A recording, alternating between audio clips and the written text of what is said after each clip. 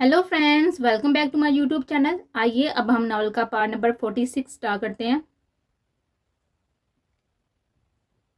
आयशा के जाने के कुछ देर बाद साबिया शाह बिना किसी से भी कोई भी बात किए सीधे घर जाने के लिए उठ खड़े हुए थे और ऑफिस से निकलते चले गए थे। उनके बाहर निकलते ही शाहरियार साहब, रेहान शाह और फरमान दरानी भी उठ खड़े हुए थे। हाशिम, हम लोग जाविया के पास जा रहे हैं, तुम्हारी हालब से बात हुई? शाहरियार साहब ने इधर से उधर टहलते हुए हाशिम से पूछा। मैंने कॉल काट दी थी चाचू, वो लोग तभी वहां से निकल गए थे। आधे एक घंटे में पहुंचने वाले होंगे, मगर मुझे डर है कहीं डैड गुस्से में कुछ गलत ना कर दे। आज से पहले मैंने उन्हें इतने शदीद गुस्से में नहीं देखा। आप लोग प्लीज उन्हें हैंडल कर लीजिएगा। हाशिम रुक कर शाहरियार साहब से कहा था, फिक्र मत करो बेटा, हम लोग देखते हैं जाकर। शाहरियार अफंदी हाशिम के कांधे पर हाथ रखते हुए बोलते और तेजी से ऑफिस का दरवाजा खोलते हुए बाहर निकल गए थे। उनके साथ ही फरमान साहब और रेहान शाह भी चले गए थे।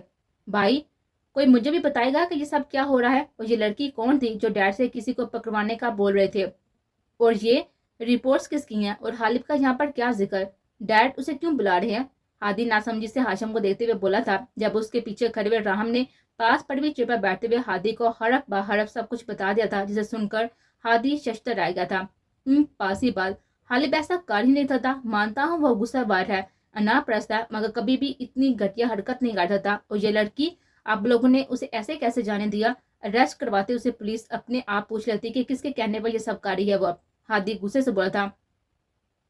डैड ने कुछ बोलने ही नहीं दिया यार, वो लोग तो आंखें बंद करके इस लड़की की हर बात मानते चले गए। सिर्फ हालिब ही की नहीं, वो तो हादी और फहीम की भी शिकायतें करके गई है। हादी उसकी बहन के पीछे पड़ा है, उसे कॉल्स करता है, और फहीम ने खुद उस लड़की से बहुत ही बदतमीजी की है, उसे पब्लिक प्लेस पर थप्पड़ मारा है। एक तो समझ नहीं आ रहा कि कल के कुल मिलाकर कितनी बहनें हैं ये। फहद गुस्से से बोला था। एक बार बस डैड का गुस्सा खत्म हो जाए, पीस बदतमीज लड़की की अकल मैं ठिकाने लगाऊंगा। हाशिम को अब तक आशा की वो जिताती हुई नजर नहीं बोल सकी थी। तो पहले हालिब को कॉल करो, कहाँ पहुंचे ये लोग? 1.5 घंटा तो हो गया है उसे कॉल किए हुए, घर पहुंचे कि नहीं? रोशान ने हाशिम से कहा था, तभी उसका फोन ब्लिंक करने लगा। हूर की कॉल आ रही है, रोशान ने कहते हुए कॉल पिक करके फोन कान से लगाया था। हेलो, हाँ हूर बोलो। व्हाट? ओ नो, वो लोग पहुंच गए हैं। ओके मैं आ रहा हूँ। हाँ हाशिम भी साथ है। ओके। रोशान ने जल्दी जल्दी बात करके कॉल डिस्कनेक्ट कर दी थी। हालिब घर पहुंच गया, जल्दी चल हाशिम। रोशान ने वहां पर खड़े हुए हाशिम को बताया और खुद भागता हुआ ऑफिस का गेट खोलकर बाहर निकल गया था। उसके पीछे हाशिम और हाशिम के पीछे वो सब भी बाहर भागे थे। हाथों में अपनी अपनी लोडेड गन्स थामे, कानों पर हेडफोन चढ़ाए, वो सब अभी थोड़ी देर पहले ही फार्म हाउस के पीछे बने इस ग्राउंड में आए थे, जो उनकी निशानाबाजी की इस प्रैक्टिस के लिए महसूस था। ये सुबह 11 बजे का वक्त था और वो लोग थोड़ी देर पहले ही नाश्ता करके बाहर आए थे। हालिब अपने लिए टारगेट सेट करता हुआ अभी वापस पीछे की तरफ आया ही था कि उसकी पॉकेट में रखा हुआ फोन वाइब्रेट हुआ था। इस वक्त किसकी कॉल आ गई? जहरीला बड़बड़ाते हुए उसने फोन उठाकर देखा था। स्क्रीन पर हाशिम भाई का नंबर देखकर उनकी पीक के साथ चमक रहा था। हालिब ने मुस्कुराते हुए कॉल पे की। हेलो भाई, अस्सलाम वालेकुम। क्या बात है, ऑफिस नहीं गई आज? हालिब बोलते साथ ही पास पड़े चेयर पर बैठ गया था। छोटे, जल्दी से घर पहुंच यार, जैसा बैठा ना वैसे के वैसा उठकर घर के लिए निकल, इट्स अर्जेंट। डैड ने बुलाया है तुझे 2 घंटे के अंदर। क्यों? कैसे? किस तरह? ये सब घर आकर पूछना। ओके, हाशिम ने उच्चत में कहा था। हालिब ने हैरत से फोन कान से हटाकर देखा और इस अर्जेंट बुलावे की वजह सोचने लगा। ओके भाई, मैं 10 मिनट के अंदर निकल रहा हूँ, हालिब ने कहते हुए कॉल डिस्कनेक्ट कर दी थी। फहीम, आदि, रोहान, रहीम, जल्दी से निकलने की करो। हाशिम भाई की कॉल आई है, हमें 2 घंटे के अंदर घर पहुंचने की कहा है। डैड ने सबको अर्जेंट घर पर बुलाया, जल्दी चलो। हालिब ने जोर से आवाज देकर खुद से दूर खड़े हुए इन चारों को बुलाया। क्यों हैरियत, क्या हुआ? क्यों बुलवाया? हादी ने जोर दौर से ही आवाज देकर पूछा था। नहीं पता, बस कहा है कि जैसे बैठे हो वैसे उठकर चले आओ। चल जल्दी कर, अंदर से बैग और गाड़ी की चाबी ला, 10 मिनट के अंदर निकला है हमें। हालिब तेजी से बोलता हुआ अपनी और इन सब की गन्स उठाकर अंदर की तरफ बढ़ गया था, बिना यह सोचे कि वापसी का सफर हमेशा खुशगवार नहीं होता।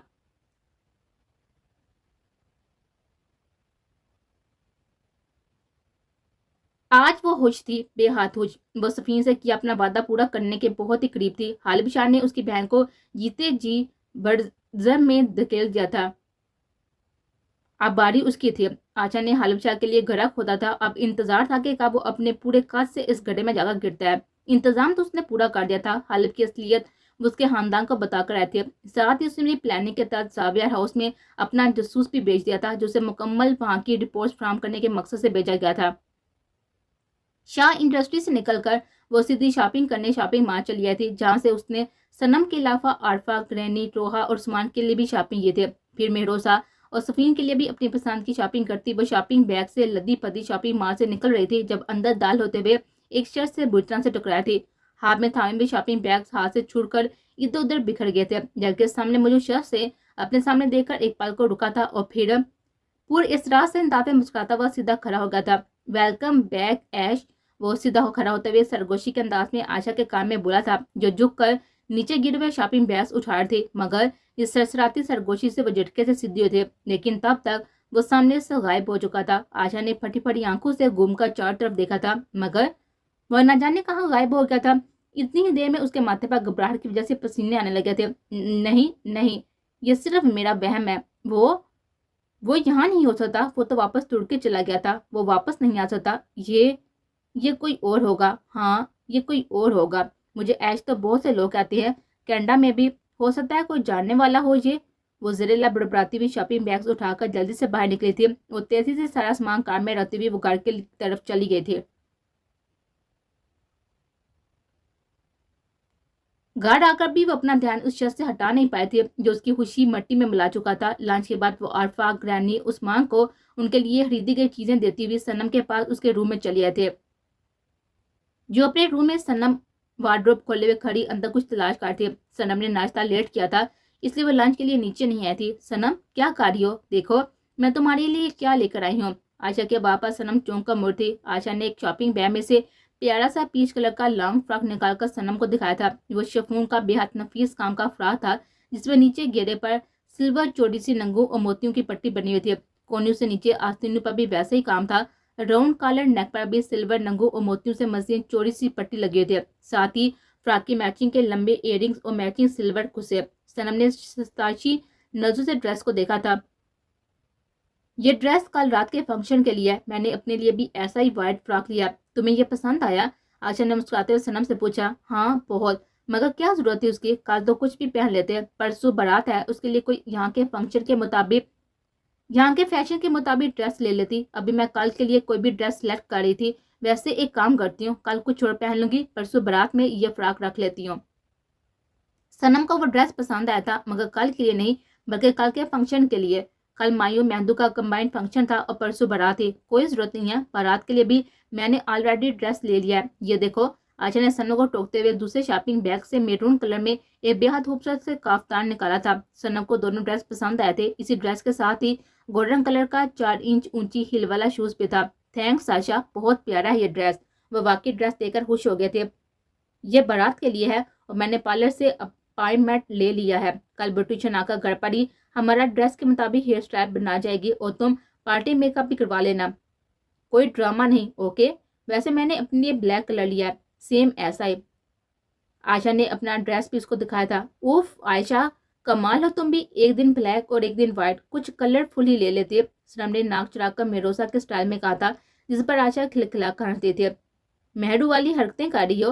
چلو اب اٹھ کر رکھو یہ سب. میں ذرا ڈریس کالوں جا کر. تھک گئی ہوں. By God. اور ابھی نبیلہ کو بھی کال کرنا ہے. وہ شاپنگ بیگ سنم کو دیتی ہوئی اپنے روم میں چلی گئی تھی اور تیزی سے ایک نمبر ڈال کرنے لگے تھے. ہاں کچھ ہوا؟ دوسری طرف سے کال پک ہوتے وہ بولتی. اچھا آ گیا وہ. ہاں سب کو بیچ رہی ہیں. اوکے تو تم ایک کام کرو ویڈیو بناؤ پورے سین کی اور سنو کسی کو شک نہ ہو. آخر تم ایک نوکر ہو. ہاں کھڑکی سے بناؤ اور مجھے سینڈ کرو جلد سے جلد. میں اس حالب شاہ کا حشر اپنی آنکھوں سے دیکھنا چاہتی ہوں. ہاں اوکے. وہ ٹہلتی ہوئی ایک ایک لمحہ گرنے لگے تھے. پھر پورے ایک گھنٹے کے بعد اسے وہ ویڈیو موصول ہوئی تھی جسے دیکھتے ہی وہ سرشار سی ہو گئی تھی. اس کے فون کی فل اسکرین پر چلتی وہ 60 منٹ کی ویڈیو تھی جس میں ایک شخص کا رویہ اگر اس کے دل کو تقویت پہنچا رہا تھا تو دوسرے شخص کی ڈرامے بازی اسے بری طرح سے سلگا رہی تھی. اس کا کہا لفظ عائشہ کے دل پر نشستہ چلا تھا کیونکہ اسے پورا یقین تھا کہ اس شخص کا کہا گیا ہر لفظ دھوکہ تھا، مکاری تھا، ڈرامے بازی تھا. عائشہ نے فون میں ٹائم دیکھا. اس وقت پاکستان میں دن کے 3 بج رہے تھے یعنی کینیڈا میں اس وقت رات کا 1 بج رہا ہوگا. اس نے وقت کا اندازہ لگاتے صفین کو وہ ویڈیو فارورڈ کی اور پھر کال کر کے ہاتھوں پر تلقین کی تھی کہ وہ دھیان سے یہ ویڈیو ضرور دیکھے مگر اس کے ڈراموں پر دھیان نہ دے. صفین سے بات کر کے اس کی طرف سے تھوڑا بہت ریلیکس ہو گئی تھی، مگر صبح سے صنم کی طرف سے اسے فکر لگی ہوئی تھی۔ اس کے دل میں صنم کی طرف سے ایک عجیب سا ڈر بیٹھ گیا تھا، اسی لیے سارا دن وہ نامحسوس طریقے سے اس کے ارد گرد منڈلاتی رہی تھی۔ پھر وہ نہ جانے رات کا کون سا پہر تھا جب اچانک عائشہ کی آنکھ کسی عجیب سے احساس سے کھلتی، جیسے کوئی اس کے روم میں ٹہل رہا ہو۔ وہ جھٹکے سے بلینکٹ ہٹاتی، لائٹ آن کر کے بیٹھ گئے تھے۔ وہ جانتی ہوئی نظر سے چار طرف دیکھتی، وہ کسی خیال سے تیزی سے اٹھی اور سیدھی صنم کے روم میں گئے تھے۔ روم میں داخل ہوتے ہی اس نے دائیں سائڈ کی دیوار پر نب سوئچز پر ہاتھ مار کر لائٹ آن کی تھی، مگر سامنے کے مردر نے اس کے پیروں تلے سے گویا زمین کھینچ لی تھی۔ سامنے ہی وہ صنم کو اپنے باہوں میں لیے بیڈ کی طرف بڑھ رہا تھا۔ کم ایش، کم انسائڈ، میری ڈال ابھی ایسی ڈرپوک ہے جیسے 2 سال پہلے تھی۔ اب تک مجھ سے پہلے کتنا ڈرتی ہے، دیکھو ابھی مجھے دیکھ کر بے ہوش ہو گئی۔ وہ نہایت ہی احتیاط سے صنم کو بیڈ پر لٹا کر دھیرے دھیرے چلتا ہوا عائشہ کے سامنے آ کھڑا ہوا تھا۔ اس کی آنکھوں میں دیتا پر اسرار سے انداز میں مسکرایا تھا۔ ایش، کیسی ہو سویٹ ہارٹ؟ لگتا ہے میری ڈال کا ٹھیک سے خیال نہیں رکھا تم لوگوں نے۔ دیکھو اب تک کتنی ڈرپوک ہے، مگر فکر مت کرو، اب میں آ گیا ہوں نا، میں خود اپنی ڈال کا خیال رکھوں گا، اسے اپنی طرح بریو بناؤں گا، اس کے سارے ڈر دور کر دوں گا، اس کا بہت ہی خیال رکھوں گا۔ وہ بولتا ہوا عائشہ کے قریب ہوا تھا، جبکہ اس کی آنکھوں میں پھیلی اس عجیب سی پورے اسرار چمک سے گھبرا کر پیچھے ہوتے۔ مسٹر مراد سے کہتے ہیں نا کہ ایک بار پھر سے میں واپس آ گیا ہوں اپنی ڈال کو تم سب سے دور لے جانے، مگر ڈرو مت، ابھی میں نے اسے لے کر نہیں جاؤں گا، اس بار پراپر کام کروں گا، اس بار میں پہلے سے شادی کروں گا، پھر اپنی ڈال کو اپنے ساتھ لے کر جاؤں گا، تاکہ تمہارے پاپا، میرے ڈیڈ جیسے گندے لوگ مجھ سے میری ڈال کو الگ نہ کر سکے۔ اس بار میں اسے خود سے جدا ہونے نہیں دوں گا ایش، ٹرسٹ می۔ کاردار مسکراہٹ سے عائشہ کی آنکھوں میں دیکھ کر بولتا وہ رکا نہیں تھا، فوراً کھڑکی کی طرف بڑھا تھا اور باہر کو کود گیا تھا، جبکہ عائشہ صدمے کی زیادتی سے کنگ کھڑی رہ گئی تھی۔ پھر ہڑبڑا کر بیڈ پر بے ہوش پڑی ہوئی صنم کے پاس بھاگتے ہوئے آئے تھے۔ یا اللہ، ابھی تو پاپا نے صفین کا صدمہ اٹھایا ہے اور اب صنم؟ نہیں، میں ایسا نہیں ہونے دوں گی، میری غلطی ہے، مجھے صنم کو یہاں پر لانا نہیں چاہیے تھا، میں اسے کل ہی واپس کینیڈا بھیج دوں گی۔ ہاں یہ ٹھیک ہے، میں پاپا کو کال کرتی ہوں۔ وہ بڑھاتی ہوئی سائڈ ٹیبل پر پڑا ہوا صنم کا فون اٹھا کر کینیڈا سہیل مراد کو کال کرنے لگے تھے۔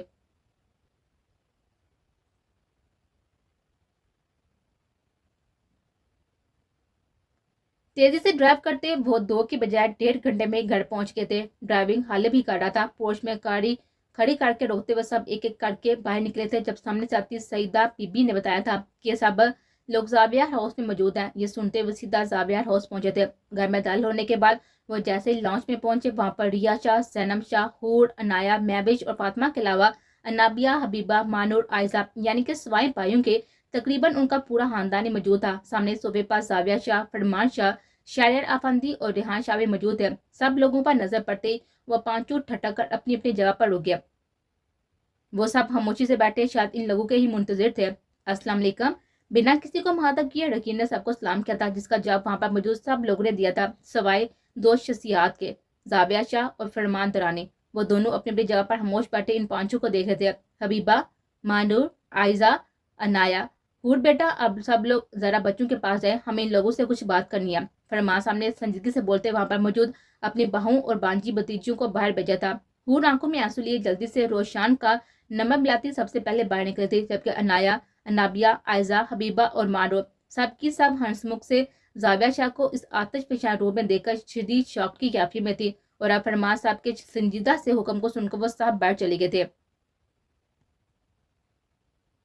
غالب شاہ ان سب کے باہر جاتے ہی اچانک زاویہ نے اونچی آواز میں زاویہ سے مخاطب ہوتے جھٹکے سے بھی جگہ سے اٹھ کھڑے ہوئے تھے۔ ان کی آنکھوں سے چھلکتی سرخی ان کی شدید زد کی گواہی دے رہی تھی، جبکہ خالد سمیت وہ چاروں ان کو اس قدر شدید طیش میں دیکھ کر کنگ رہ گئے تھے۔ اسلام میں ایک باعظمت مسلم عورت کی بے حرمتی کی کیا سزا ہے غالب شاہ؟ زاویہ شاہ دھیرے دھیرے چلتے ہوئے غالب کے سامنے جا کر کھڑے ہوئے تھے، جبکہ غالب ان کی بات سن کر حیرت سے اپنی جگہ پر منجمد رہ گیا تھا۔ یہ ڈیڈ اسے کیا پوچھ رہے تھے؟ بتاؤ غالب شاہ، کیا سزا ہے اس گناہ کی؟ زاویہ شاہ بڑھ کر دوبارہ بولے تھے۔ ایسے شخص کو سرے عام 100 کوڑے لگائے جائیں، وہ اٹکتے ہوئے بولا تھا۔ دلبر، ہنٹر لے کر آؤ، وہ زور سے چیخا بولے تھے، جبکہ خاموشی سے آنسو بہاتی ریا شاہ ان کے باپا تڑپ کر آگے بڑھتے۔ نہیں شاہ جی، نہیں، میرے غالب کو معاف کر دے میرے بچے کو، اس نے اس لڑکی سے نکاح کیا ہے، اس کی بے حرمتی نہیں کی۔ वो रोती हुई हालिब और जाविया शाह बीच में आकर खड़ी थी और जाविया शाह के सामने हाथ जोड़कर बोली थी, मगर उनकी बात सुनकर हालिब के सर पर जैसे घर की पूरी छत आ गिरी थी। वो फटी फटी आंखों से माँ और बाप की सूरत को देखने लगा था। अब उसे जाविया शाह की बात का मतलब अच्छी तरह समझ आ गया था, जबकि जाविया शाह शर्ट पर निगाहों से बीवी को देखने लगे थे। रिहा, आज आपको शोहर या बेटे में से किसी एक को चुनना पड़ेगा। अगर बेटा प्यारा है तो चुपचाप उसे यहाँ से लेकर चली जाए। मैं आपको कुछ नहीं कहूंगा, मगर फिर आप हमेशा के लिए भूल जाइएगा कि आप जाविया शाह नाम के किसी भी शख्स को जानती थी, और अगर आपको मेरा साथ देना है तो खामोशी से हमारे बीच से हट जाए। इस लड़के और मेरे बीच आप एक लफ्ज नहीं बोलेंगे, सुन लिए आप सब भी। अगर आप में से कोई भी बीच में बोला, मेरे और हालिब शाह के बीच आया, तो मेरा इस बंदे से हमेशा के लिए ताल्लुक खत्म हो जाएगा। वो रिया को सख्त लहजे में धमकाने के बाद वहां पर मौजूद सब लोगों को देखते हुए बोलते हैं। इस दौरान रिया शोर की इतनी बड़ी बात पर शर्त खड़ी उन्हें देखती रह गए थे। फिर खामोशी से आंसू बहाती हुई एक तरफ खामोश खड़े हुए हालिब पर नजर डालकर रेहान शाह के पास जाकर खड़ी हुई थी। रेहान शाह ने रोती हुई बहन को अपने साथ लगा लिया था, जबकि फातिमा भी पीछे से रिया के कांधों को थपकाती हुई उन्हें सहारा देकर खड़ी हुई थी।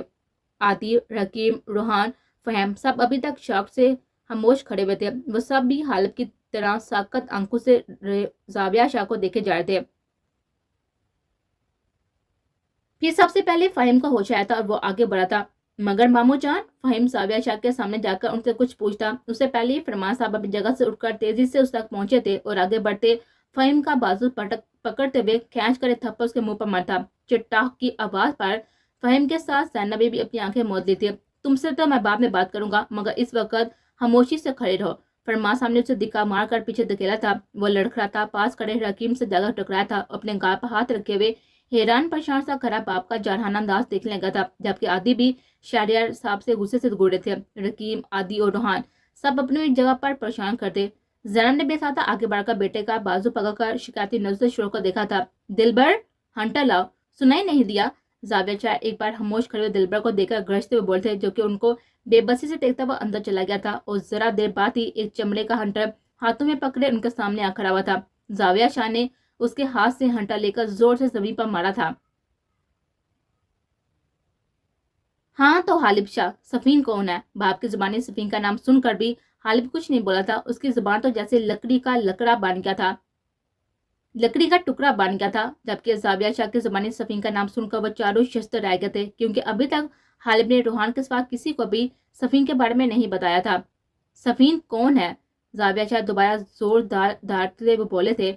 मेरी मोहब्बत, वो सर झुकाकर बोला था। तभी शराब की आवाज के साथ ही जोरदार हंटर उसके कमर पर पड़ा था। मोहब्बत? ये होती है मोहब्बत? इसे मोहब्बत कहती हो तुम? वो दोबारा से जोरदार अंदाज में उसकी कमर पर हंटर मारते बोलते, जबकि बाकी सब हालिब को मार खाता हुआ देखकर अपनी अपनी जगह पर तरफ कड़ाए गए थे।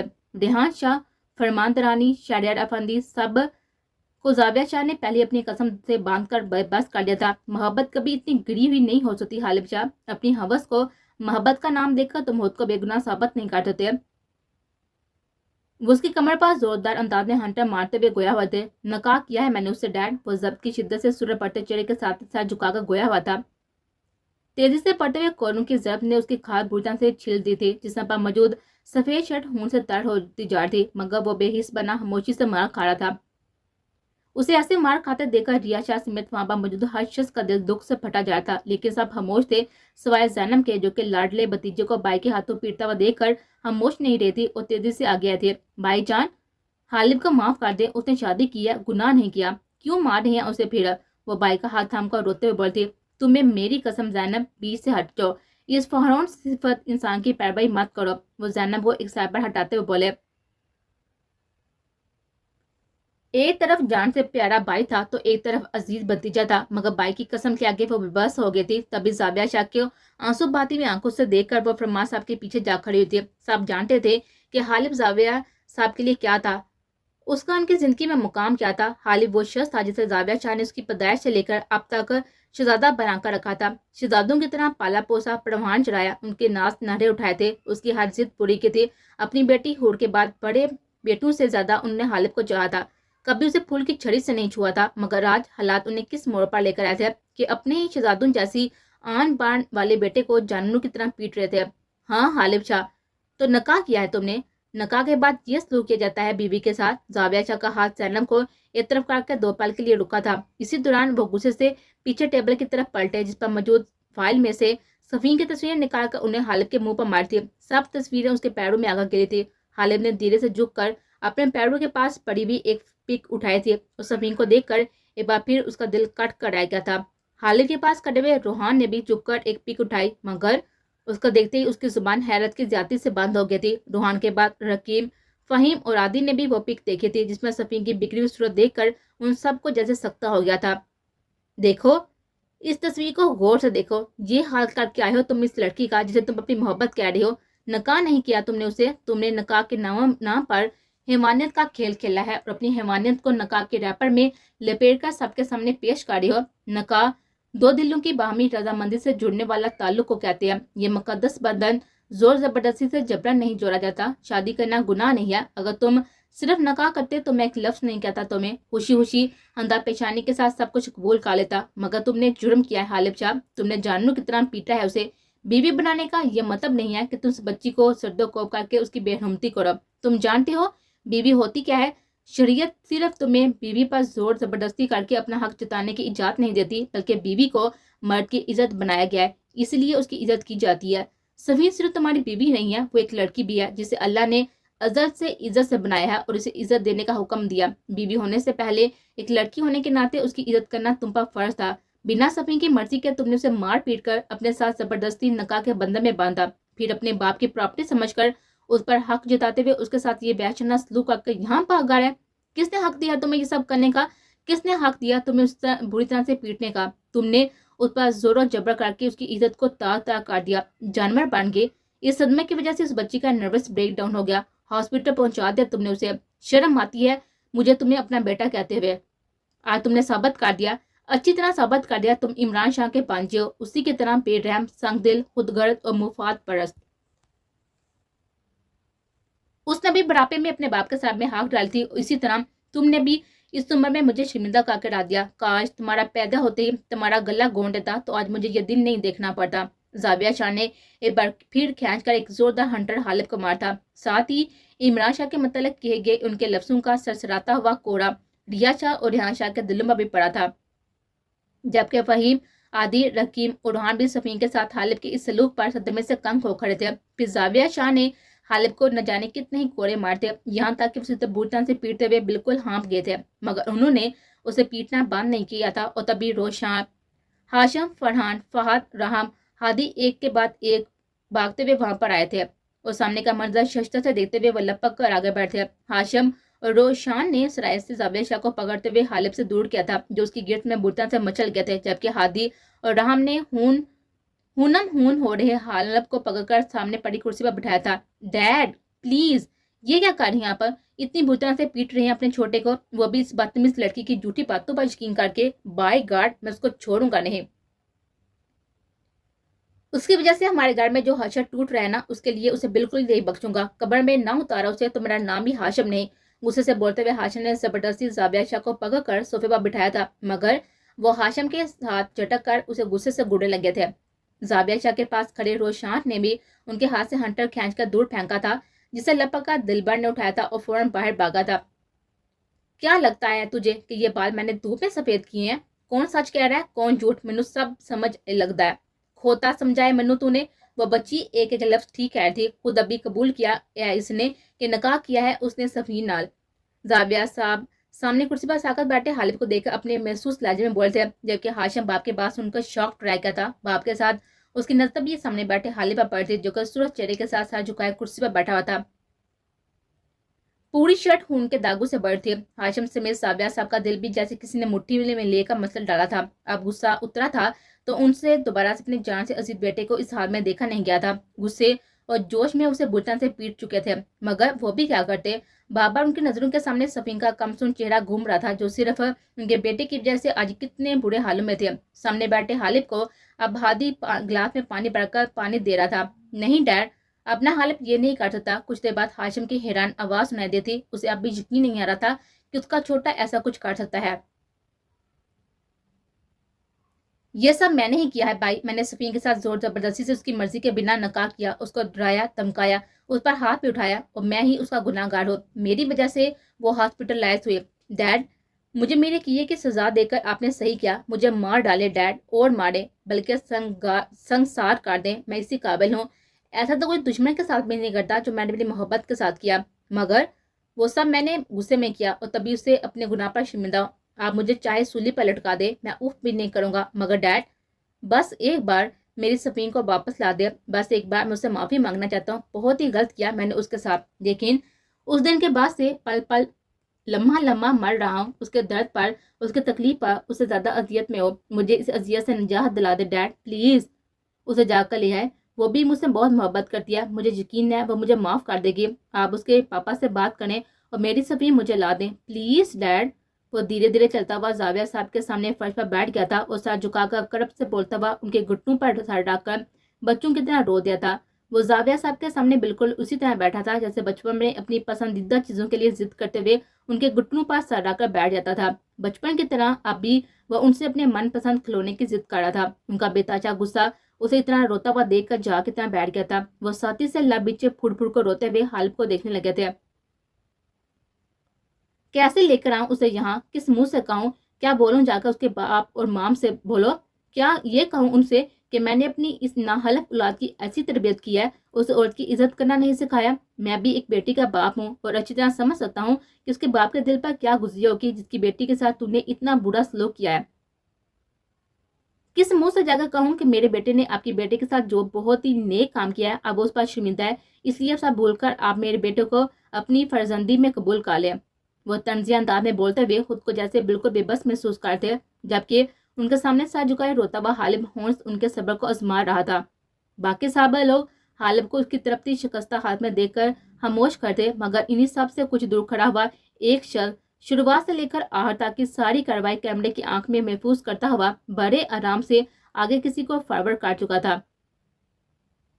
وہ جس خاموشی سے وہ پچھلی کھڑکی کے پاس کھڑا تھا اسی خاموشی سے چپ چاپ اپنا کام کر کے وہاں سے ہٹ بھی گیا تھا. زینب، ریحا، فاطمہ، مہوش، آپ سب لوگ بھی کچھ دیر کے لیے درانی پیلس میں چلے جائے. زاویہ صاحب کے آواز پر زینب، فاطمہ، مہوش وہاں سے باہر نکل گئے تھے، مگر ریحا باہر جاتے ہوئے ایک لمحے کو حالب کے پاس رکے تھے. حالب جا کر کپڑے چینج کر لو بیٹا. لذرتی ہوئی آواز میں بولتی وہ بنا کسی کی طرف دیکھے باہر چلی گئی تھی. حالب کو یوں اس حال میں دیکھنا ان کے لیے بہت ہی مشکل تھا.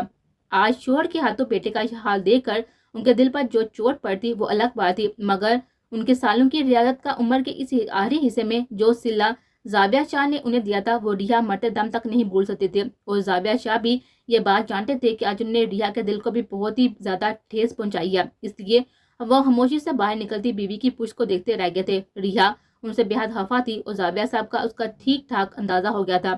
جاؤ غالب چینج کر آؤ. سنا نہیں تمہاری ماں کیا کر گئی ہے؟ زاویہ شاہ نے بیٹے سے نظر چراتے ہوئے کہا تھا، مگر وہ اپنی جگہ خاموشی سے بیٹھا رہ گیا. سب کے سامنے اپنا برم کھو کر ڈھیر سارا رونے کے بعد اب اس کی آنکھوں کے سے آنسو بھی خشک ہو گئے تھے. پہلے زموں کی ڈریسنگ کروا لو حالب، چلو میں چلتا ہوں ساتھ. روحان بولتے ہوئے آگے بڑھ کر حالب کے پاس آ کر کھڑا ہوا تھا. نہیں، مجھے کہیں نہیں جانا. حالب ضدی لہجے میں بولتا وہیں فرش پر سر جھکائے بیٹھا تھا. حالب جاؤ جلدی. سنو نے تم نے؟